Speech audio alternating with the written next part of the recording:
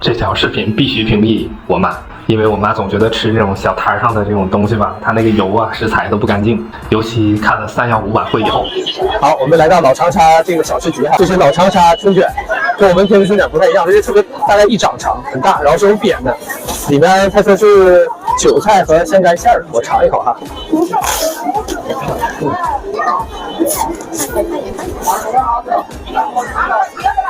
一口下去满嘴油香，这个是就韭菜的香味儿，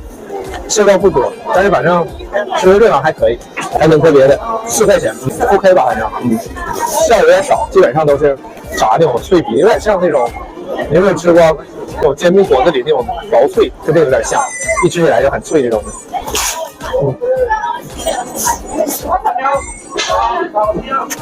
还挺香的。